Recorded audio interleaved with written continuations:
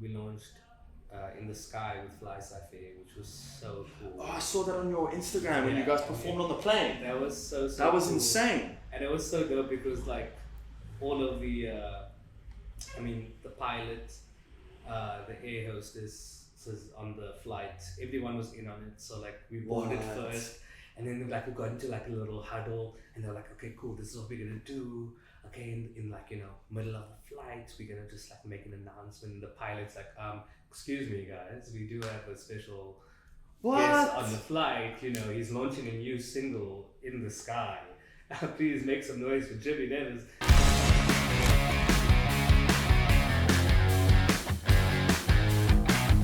What's up everyone, welcome back to Storytime. Thank you for joining us. As you know, we are the most comfortable podcast on the planet. Thank you to Fetsack.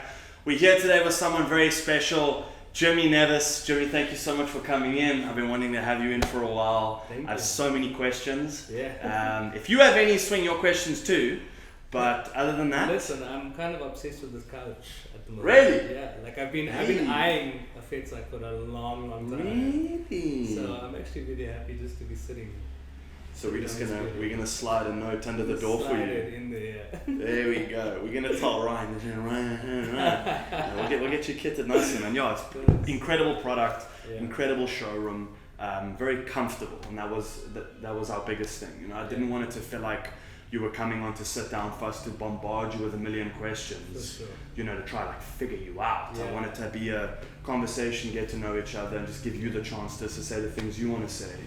For sure. No, look, sometimes I get worried if I get too comfortable.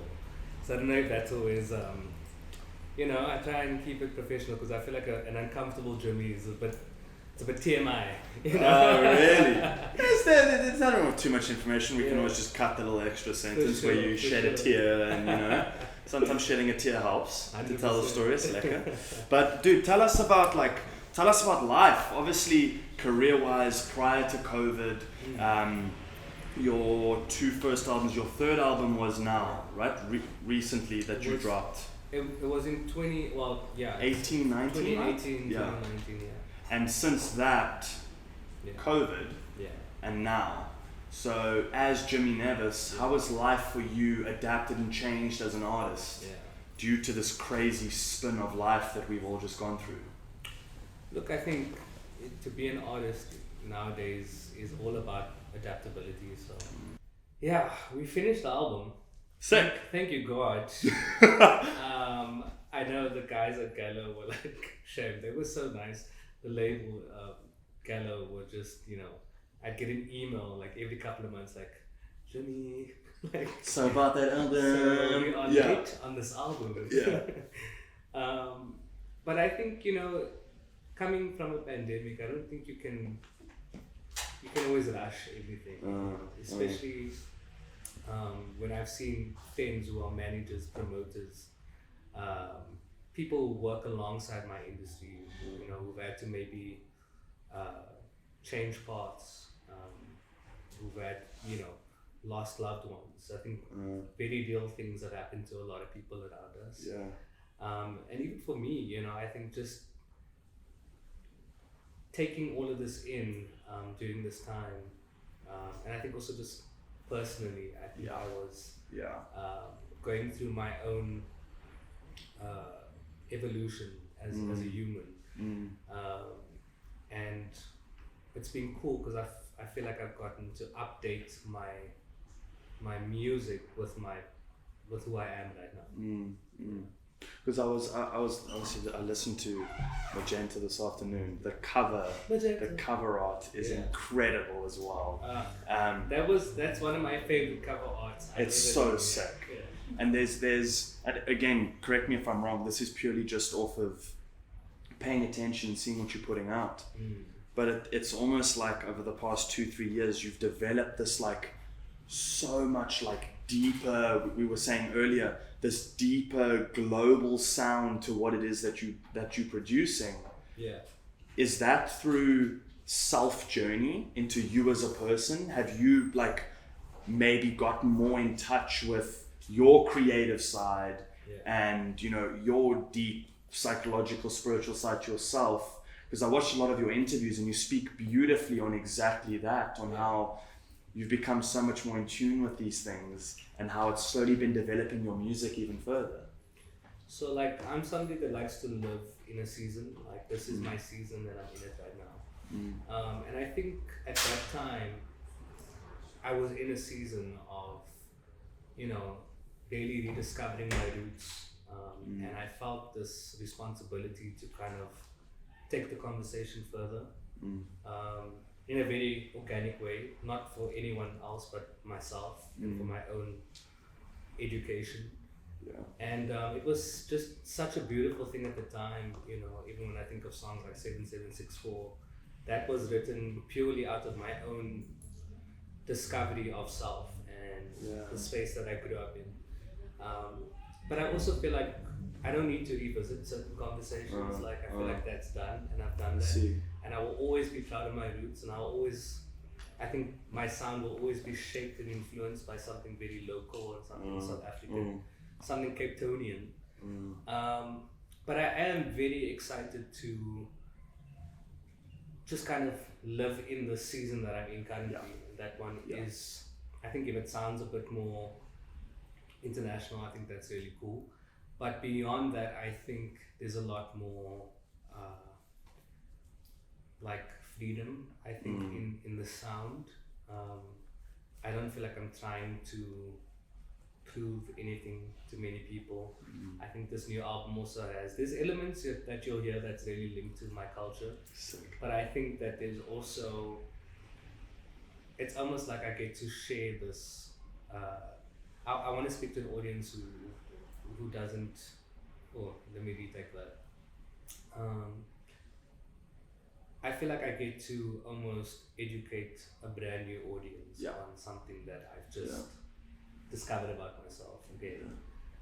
And there's actually a song, the first song on the new album, I would say it sums up who I am probably the most. It has all the elements, from the lyrics to sonically the sounds. There's even like a bit of a choir section in there, and it's so cool because it's just, you know, I grew up in a very gospel home. But growing up and forming my own beliefs and you know, just figuring out what I want to say and what my message is has been, it's just been so cool. So that's, I feel like this album has a lot of identity on it.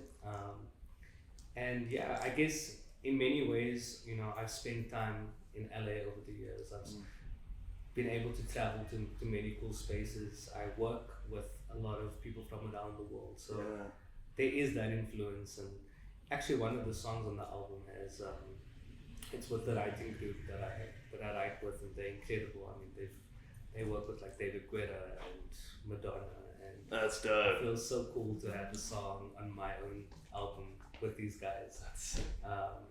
And that's actually the last song on the album. Okay. If because you've collaborated with a lot of incredible people. We were listening this afternoon with Pascal and Pierce and Sketchy Bongo, and like you could take what you're making and what they're making and have this like mixed genre in the middle that's so catchy and so vibey. But when you listen to the words, it's got so much depth to it as well. And it's and that duality of those two things you now can hear in like Magenta, where it's local, but it's also international. It's cool to see that branch. I mean, Magenta was produced in LA with some of my friends that side. But funny enough, that song, I was doing backing vocals for that song in Dubai airport, in one of the in the airport, in one of the toilet stalls. What? Because I had this long layover and I had my mic with me and it needed to get done, and I was like, let's go do this. And you just recorded in a cubicle? Yeah, you know the private bathroom. And and it's really funny because I mean, the guys who were mixing it, they were like, this one sounds, these takes sound very different to the rest. That's so sick. But so there's a microphone in LA, there's my microphone in Dubai airport, and then there's a studio in Cape Town. That's all all mixed together on that track, yeah, and to make that track. To make that track, and it's not. I mean, obviously, it wasn't intentional. Yeah. But it's a funny story. It's also so reflective of your life, you know, with all the traveling and moving around with different people. I'm just picturing like a closed bathroom. Yeah. And people walking past and just hear someone belting notes like from the other side of the door. That must have been insane. So we interrupt this episode to thank our partners, FetSack. FetSack wake up every morning with one goal: to make the world a more comfortable place. Our ultimate goal is to make one-of-a-kind, quality, practical furniture that brings a little extra comfort and ease into your life. So if you're tired of sitting on a shitty couch that's rock hard and you just can't get oozy and comfortable into, come to FetSack, use the discount code below and make your purchase. Thank you, FetSack. Now back to the episode. If you had to lay down, I'm sure you've thought about this kind of thing, but who in your mind has been your dream collaboration on a song? Who's been your person that comes up? Okay, so I mean, for me, I'm a songwriter and a producer and an artist, and I feel like sometimes they come together for my stuff, but I do work on those things separately in different forms and with different people. So I think Rihanna, I've always felt like she's such an incredible vehicle for songwriting. So you can take your song and, you know, once Rihanna gets in it, it's just like, she blows songwriters up. Like, and that I love that. I love that I could listen to her music and I'd like, okay, cool, she's working with this producer on that song. And it's more the mechanics, I think, behind, you know, just her come up, which I think was always cool. I love that you'll hear on a song with like Jay-Z and then with Coldplay. And I love artists that can like flow into many different spaces. So I think for me, she's my dream collab. Even just as a songwriter, I would love to be a part of something that is that has her on it. This year, actually, one of my dreams came true. I sold this song to Darkchild, who's a famous producer. He did like Destiny's Child, you know, everything to like Sam Smith. Like, he works with some of the biggest artists in the world. And so you would write the song? Yeah, the group that I write with, we like 4 people. And then you sold it, and then they buy it from you to use for another artist? Yeah. So yeah, basically, yeah. So you're the back end of it as well? That's 100%. sick. I think the back end of it is like, when it comes to songwriting, that's a very it's a very different process to how I see my own music. My albums are like diary entries. It's actually like my... That's a cool way of saying it. Yeah, I mean, it's more like my unpaid therapist. There we go. Honestly gotten me through so many things, but I do think that songwriting, especially with other songwriters, is something that really... I'm all about lyrics, and so when I get to focus on that, you know, and not maybe everything else, it does make for a very enjoyable process, and I learn a lot as well. What I find incredible about someone in your position is that when you're a kid and you're figuring out this love for music, do you identify the songwriting or the singing first? Probably the songwriting, I think. So I grew up, I mean, James Madison was like I used to print out lyrics. I think, you know, I don't know if everybody else did this, but my friends and I, we used to print out the lyrics of like a lot of songs. And I had a flip file, and I would just, this is what I did during break times. I was just reading lyrics, I was writing lyrics. Really? I spent a lot of Afrikaans classes writing down my own lyrics. Afrikaans class, I learned nothing in those classes. And yeah, I mean, that was my obsession, you know. I used to download backing tracks of famous songs and just listen to the instrumentals. Really? You know, that was like my Friday nights. I used to love doing that, so I could learn how they were making things, and you know, I was like, oh, what is that thing? Oh, it's a sweep. Okay, cool. And then, you know, once you get... And self-taught, eh? Yeah, self-taught, and I always find it so funny because, you know, I'm surprised my computer didn't have like a major virus, because There was All so the many crap downloads. versions of like Finding all the everything. back end stuff. Yeah, I was like, what is this? You know, Yeah. like downloading this, trying this out. I mean, there was a time I was recording, I think there was like this auto-tune or vocal processor that just came out, VST. And it was my first time really working with a vocal processor. I think I was in matric or something, and I was like figuring this out. And because it was like the cracked version, it would actually fade out your voice for like a solid like 20 seconds, and then your voice would come back. And like, so I just had like 3 songs that, you know, there's like just no verse. It's just like, there's just like fades in and out like throughout the whole song. And Really? like, okay, cool. And that was you just learning and playing with music and kind of figuring it out. Learning and playing. I think, you know, when I got to matric, because I started producing when I was like in grade 9 or 10.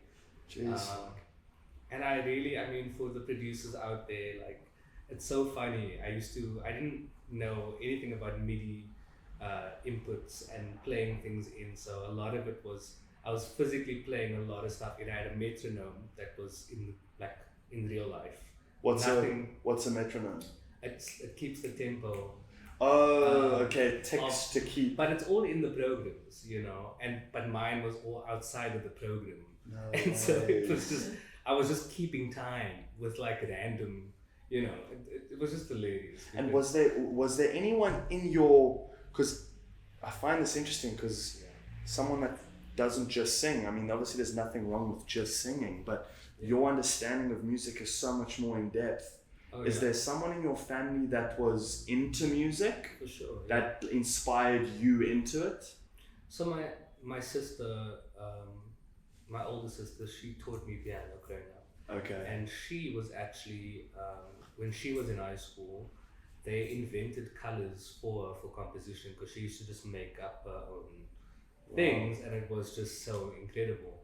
And she was more on like your jazz soul kind of trip. Sick. And I just went like hardcore pop, R&B. Yeah. But she was a huge influence in terms of composition, and then also on top of that, I grew up in the church, and you know, I played piano for my church eventually, and it's, you know, they don't tell you what they're gonna sing, they just start singing. Somebody just puts a song and they're like, for the Lord, and then you just like, okay, cool. I've never heard this song before, but let's just there we go. Figure it out. Jeez, how's that improv, eh? Yo, I mean, I used to cry actually at some point. I used to, because you know, I used to feel embarrassed. I was like, I'm not catching this quick enough. Like, it was such an intense period at first, but I mean, after a couple of months, you with it, eh? It's been crazy to see a kid crying playing the piano at church, and you're like, he's so in tune with the worship, he's feeling it. Meanwhile, inside, he's like, fuck. Yeah, no, but it was, and my dad was the pastor. No So I would complain to my dad when I got home. I'd be like, you can't just do this. You can't just like sing songs. Yeah, you can't just improv. Yeah. And you know, but like it's a very common thing actually, and it's honestly one of the best tools that taught me how to play by ear and how to understand music and chords, and really just how to be in tune with everyone around. Yeah, it blows my mind that someone that's got such a passion for music then also identifies that they can sing. Yeah. You know, to have both is such a unique thing. Correct me if I'm wrong, but I feel like someone that has the back end understanding of music goes into producing and into writing. Yeah. Someone that has the ability and talent to sing becomes the frontline musician. Yeah. And you've got both, which is like... Look, I will always say that I found that my personal music, me as Jimmy Nevis, I've been able to... It's always been about connecting those worlds, you know. Okay. And sometimes they haven't always connected like that. But it has been really cool, you know, just to evolve like that and just kind of be like, okay, cool. I feel like I know what I'm doing, you know. Sick. But I always, you know, tell up and coming like singers that like if you don't know how to work a program, just even a little bit, like I do feel like that's, you know, a bit of a disadvantage for you, especially in today's world. Like it is, I'd always encourage people like just know a little bit of what's happening from the producer's end, it's gonna make your life so much easier.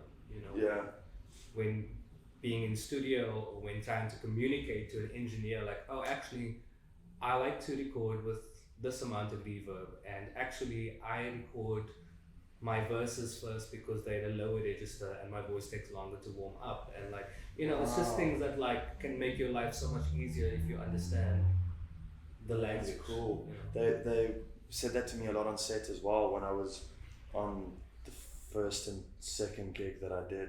They used to tell me all the time, learn to understand the lenses, and learn to understand why they're shooting things the way that they do.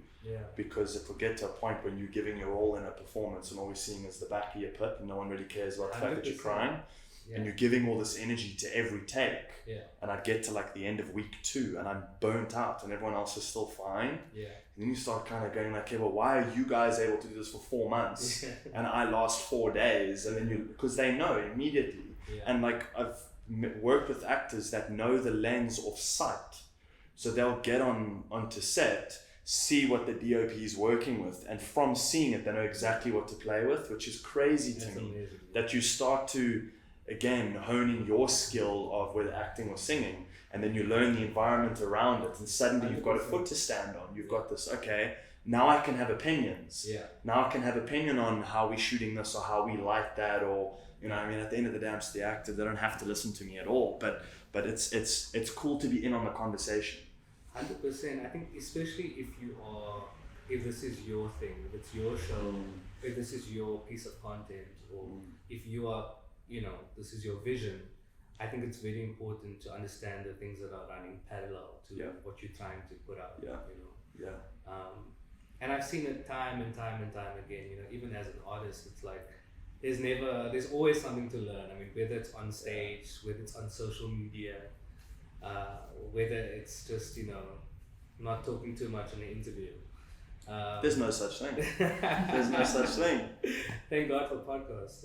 No, it's awesome when the guest speaks, because I like to understand who you are. And the way that I wanted to try structure this podcast was to go, because your words are so in depth, and because I can look back at my high school and my teenage years, and Jimmy Nevis was there for all of it. It was on the radio and it was played at parties, and it was that's what's so trippy to me. And I like to kind of go from the get-go, okay, Jimmy Nevis had this interest in music, but he also has this ability to sing, and you're able to marry the two and move forward. For sure, I'm sure it got to a stage in your career where live performances started becoming a thing. Was that a milestone for you, personality-wise, who you are, to have to try and figure out what your stage presence was and your comfortability with being on stage? Absolutely. Or was it like a natural flow in for you, or did you have to kind of find your feet? Look, I think if you've ever come to like my own shows, I think I'm very in tune with the people. So I think that's one of my gifts when performing live. I do hold a good stage presence. But I will be honest with you, even up until now, I'm still sometimes trying to figure out, okay, cool, what is the sweet spot for me on stage? What is that space where I know I feel good, I look good, I sound good? I mean, over the years, and I guess as a pop artist, you try different things, figuring things out. I've had dances. That was cool. I loved it for that time, but it's not really something I want to do in the future. Band and musicality, yes please. I love that. Even band arrangements, there was a time I was changing my arrangements probably like every 2 months. Really? And it just means the band has to like learn new arrangements because you're singing the same songs for a while. I mean, I'm going to be singing Heartboxing till the day I die. Yeah. And so it's kind Such of like a banger song. That's so good. So good. Sure. But I think having different arrangements and stuff, that's also, I think, where just like artistry comes in, and that for me is a part of my stage, like my live stage thing. I think, over the years, fans of mine, they can come expecting a different version of the songs that they love. That's what's so great. And they get to be part of something that's almost confessional. Like I used to have this joke that I feel like I confess a lot of things when I'm on stage. And it truly is one of my happy places, It doesn't always, I'm very much not thinking when I'm on stage, and yeah. But I mean, when you are putting a show together or you're trying to put a look together, especially when it comes to television, that's something I always get nervous for. Is this like filming of a live performance? Of a live performance. That's trippy because you got to think of the people sitting down there, but the camera's floating here as well. Yeah. So, and you know, and then there's some live performances that are just so epic and amazing. But I think it also comes, you know, after 10 years of doing this, I think there's different phases and seasons, like I was saying. And so I'm really excited about the musicality and the band arrangements, and even just, I mean, on this new record, I recorded in a horn section, like live horns. I had other backing vocalists come in, which I've always just done all my own backing vocals and things, where this time I was like, I want to hear a different voice, please. Yeah. Just something else. Yeah. And, you know, just even from that point of view, I think it's nice to have the freedom to play around like that. And I want to bring that playfulness to the stage. Yeah. And I mean, one of the things I was joking with my band, but also not joking, is that I was like, we got to do more shots on stage, man. Because... Really? Yeah, we just, I think I want to create... I think I long for intimacy when I perform. Like that's something that I respect, and I think it's something that my music allows. And so, you know, for me, it's really about sharing, and I'm always trying to get people back into lyrics. Like, over the years, you know, whether it's been record labels or radio stations are like, oh no, where's that? What? You need something with a liquor beat, or, you know, bring that, or whatever. Like, I love that. I think it's dope. I'm always here for it. I have some songs that give you that vibe, but for me, what fuels me is getting to write something that blows my own mind, and I can be like, this is, I've managed to capture something special, and now I'm gonna share it with everyone. Yeah. It's crazy to meet someone like yourself that's got such a high level of depth and intimacy to you as a person. And I wonder, throughout your career, writing such deep music, such lyrical music, being as in touch as you are, having to deal with fame, what was that like for you in terms of, so because you're quite an emotional, in tune person, fame always stands a chance of trying to taint that, right? And kind of throw a blanket over it that now we all love you, but because you have our love, you have to do this and this. Oh yeah. You know, and it kind of starts to close those corners in a little bit more in terms of like, it changes your decision making, because you start going, I really want to do this and step out the box, but if I do, what if people hate it? And then now suddenly no one likes me, and you know, so you can start rolling that ball of negativity. How have you put yourself in a position to deal with that? Look, I mean, throughout the years, it's all had its own different levels or heights. If you're tired of wearing like really crappy, make your fingers go green jewelry, head over to Clocks and Colors for something unique and special. Clocks and Colors are based out of Toronto, Canada. They specialize in detailed, handmade 925 sterling silver accessories. They also offer other products, like handmade leather hats and homeware goods. Go to the link below to claim your discount with Clocks and Colors. If you're looking for some high-end quality tees, some quality clothing, use code Storytime below to claim yours with Saints and Sinners. I want to thank Saints and Sinners for this one. Great apparel, kitted us out. Go get yourself kitted out too. Highs and lows. I think that very early on, I realized that fame isn't real. It's not a real thing at all. You know, 10 years from now, you know, people might not know who I am, and I'm gonna be just, you know, cooking and doing just chilling on your chilling. fat sack couch. Exactly, you know. Boom. And you know, for me, I constantly am taken back to, like, if I wasn't doing this, if I was doing something else, you know, would I still find ways to do this? Would I still, and the truth is I'd probably work a second job to try and do this. I'd probably still be hustling on the side to do this. And so I think that there is, for me, fame is a very, very small part of all of this, and I've seen it. It's come and gone. It comes back, goes away for a bit, it comes back again. You put out a new song, you do something crazy. Whatever it may be, I think that rather than fame, I think influence is probably a better thing that I kind of align with, and I think. Especially after 10 years, I'm able to see some of the impact that I've had on, especially other artists. You know, like younger artists, people coming up. You know, that's come and cool. Speak to me, and I think that's, you know, if that's what I get to do, and I get to play around and I get to mess around and I get to sing to people. You know, that's a very very great life. Yeah. But yeah, I'll be honest, like I think there were times that the fame thing was definitely, I mean, there was a time I didn't go to a shopping mall for like 2 years. Really? Because I was just, I mean, I look at it now and I'm thinking maybe there was like some PTSD involved. I mean, probably, but like for good reason, right? Yeah. Look, I'm also a very goody two shoes kind of guy. Okay. I'm not somebody that like, I've always been a goody two shoes. Yeah, me too. You know, it's honestly...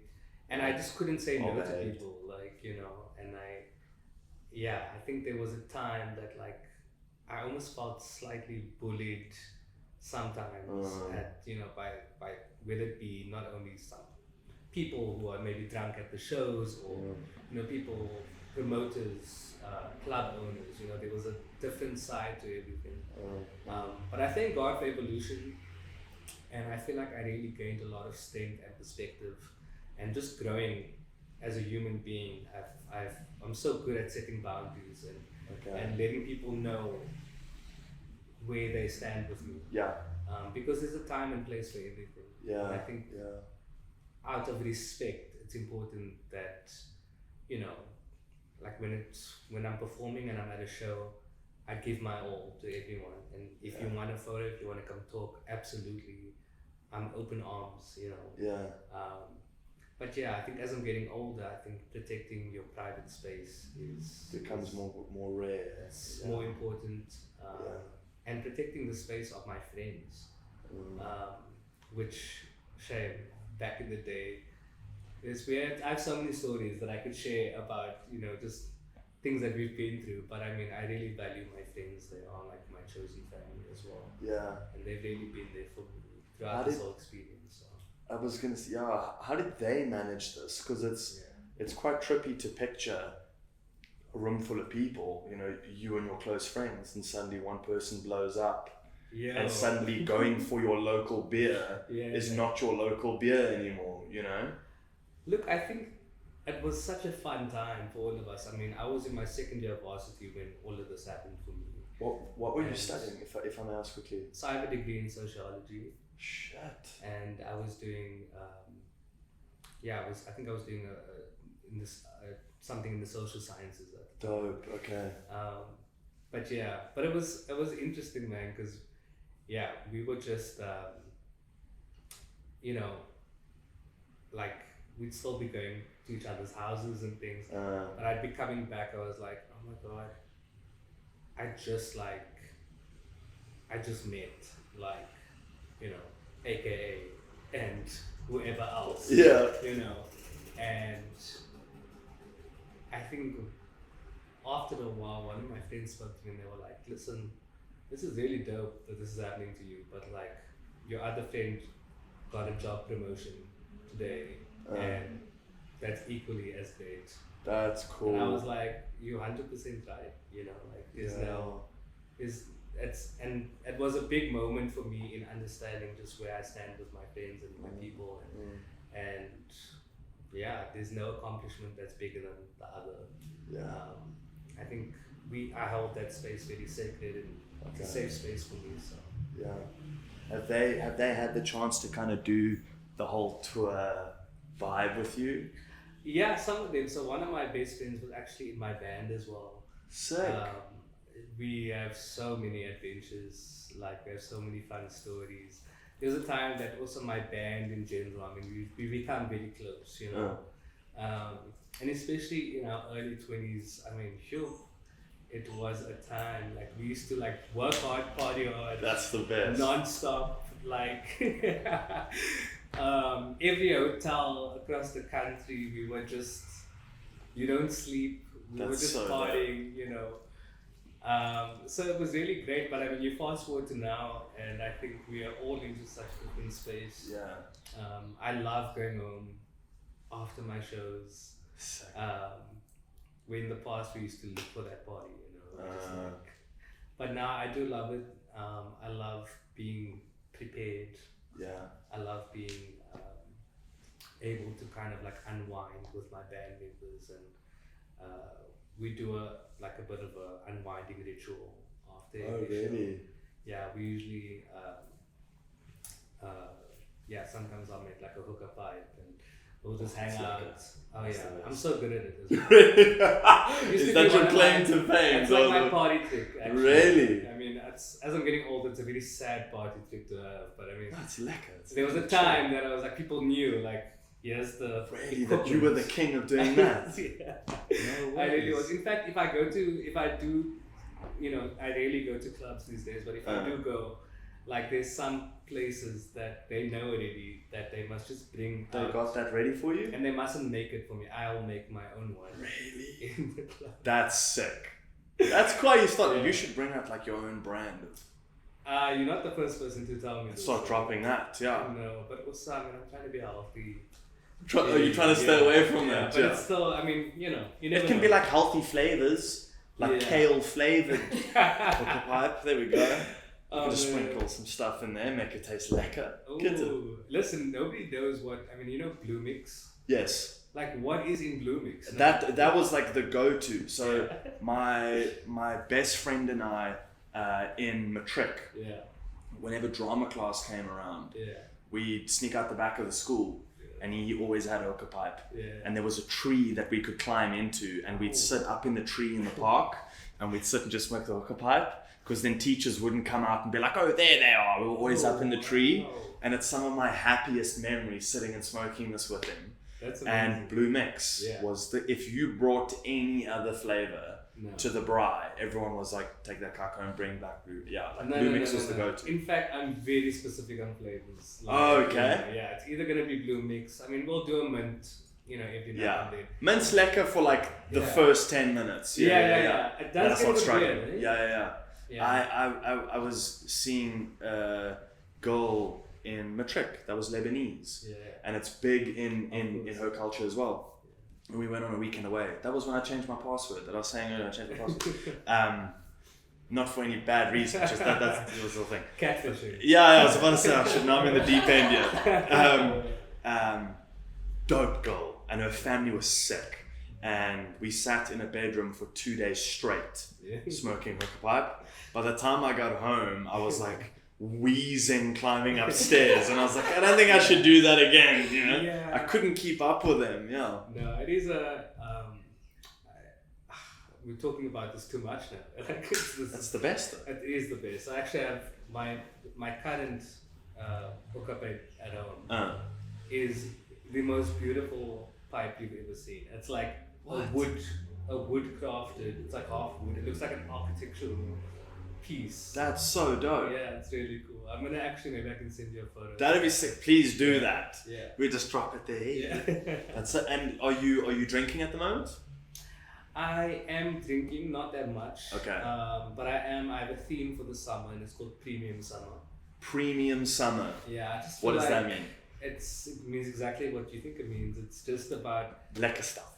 great. Yeah. I'm like, I don't want like cuck shots. I want some nice things. There we go. And everybody like who's coming over needs to know that they must bring nice things as well. Okay, there we You go. know, we got the pool floaties going. We're so prepared. I'm like, There we go. We've got a new speaker, mic. I've been just like, you know, almost like, Oh, well, you at the house just chilling, drop some. like, what up, guys? What up? That's the best. Yeah. So like, it's really just been a fun start to the summer. But Yeah. the theme is Premium Summer. Okay. And it's purely it's just for me, like, you know, just to like make sure that like if I want something, I'm gonna get it. We're gonna celebrate. We're gonna have a good That's so time. lekker, man. Yeah. What's your go-to walk in a bottle store beeline for what? I mean, I always get whiskey because my sister and I, we that's our relationship. It's Ooh, like okay.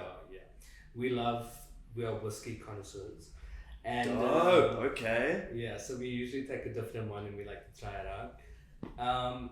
But this premium summer, I'm actually looking to make. I want to make some cocktails. I want to make some margaritas. I want to make. I love old fashions. One of the things that I do. She did mixology and everything. Ooh. Yeah.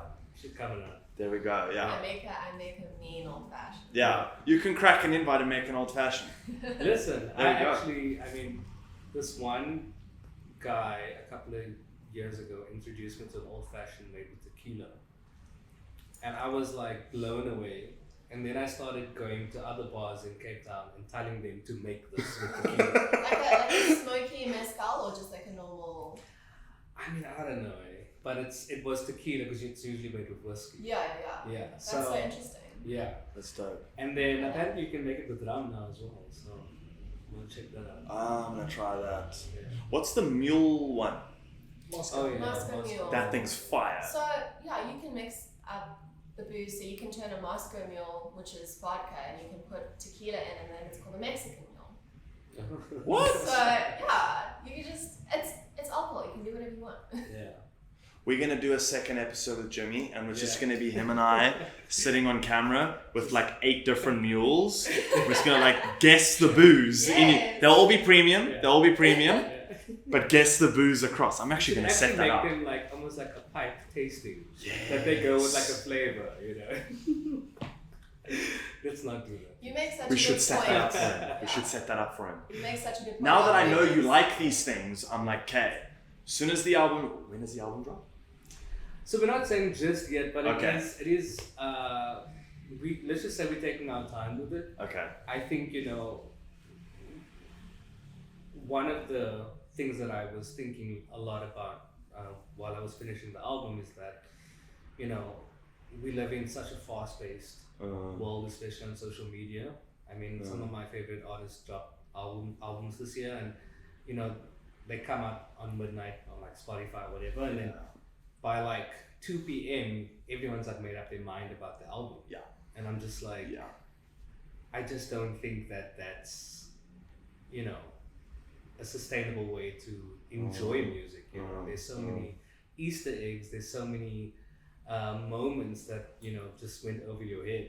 Because and so I'm trying to get people to kind of focus on like the 3,000 minutes behind the 3 minutes that you hear in a song, and all the hard work that goes into it. And also, I think a part of that is just taking the time in the rollout and also just having fun with it and not being, with Spotify and these things, when you launch music these days, you get 1 week to kind of make an impression and then it's on to the next artist. And so I think for us, we just want to take our time with it. We're not going to shorten summer by any means. We're going to make it nice and long. But I will say that next year there's a lot of cool activations and things that we want to do. I mean, the first single, AO, we launched in the sky with Fly Sci-Fi, which was so cool. Oh, I saw that on your Instagram when you guys performed on the plane. That was so That was cool. insane. And it was so dope because like all of the, the pilot, the air hostess on the flight, everyone was in on it. So like we boarded first, and then like we got into like a little huddle, and they're like, okay, cool, this is what we're gonna do. Okay, in like middle of the flight, we're gonna just like make an announcement. And the pilot's like, excuse me guys, we do have a special guest on the flight. He's launching a new single in the sky. Please make some noise for Jimmy Nevis. And so we get up and we have a mic and a speaker and we're performing, and I was a bit nervous because I'm personally somebody that doesn't want to be bothered with on a flight. But I mean, people loved it. People were like, they had their phones out, they were drawing, and we started with Heartboxing. and then we did the new one, Ayo, Okay. and then I ended with just like a fun track. But it was just such a cool experience, and I think it's always That's so daunting sick. to do something that you've never done before. Yeah. It was also really funny to be singing and then the clouds are just like next to you. Yeah. Yeah. Turbulence. Yeah. But it was so cool, and it was such a cool experience, and I mean I think it's going to be the first of many things I haven't done before. Okay. Yeah. Okay. So how many songs of the new album have you dropped now already? Just one, just that one. So Just we, one. We fished Okay. off the boat. Okay. But yeah, I'm also kind of reshaping the way we look at singles. I think when I first started in the industry, I mean, I was doing Musica in-store signings, you know what I mean? Like, which is Crazy. insane. But, you know, I do feel like before the album drops, I think people will get to hear probably about like 4 tracks or so Okay. of just getting a feel for it. And I'm super excited for like even just next year, because I think the first half of the album is kind of really just zero fucks given. It's just completely out there and just like unapologetic.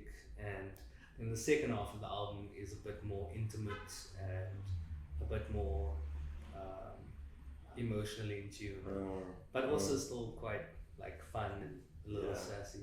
You know, That's sick, man. yeah, it's the Well, as you release, the platform's here for you if you ever need, if you ever want us to thank you. share or promote anything, we're down for it. for sure. Especially through the summer now as well.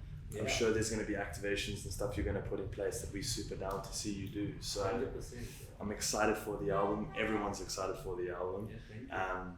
It's so dope to see you releasing things, not just releasing things, but the amount of thought that you put behind Yeah. every second of every song is incredible. And I think getting the chance to speak with you now and see how well you understand music Yeah. makes every album so special. Yeah.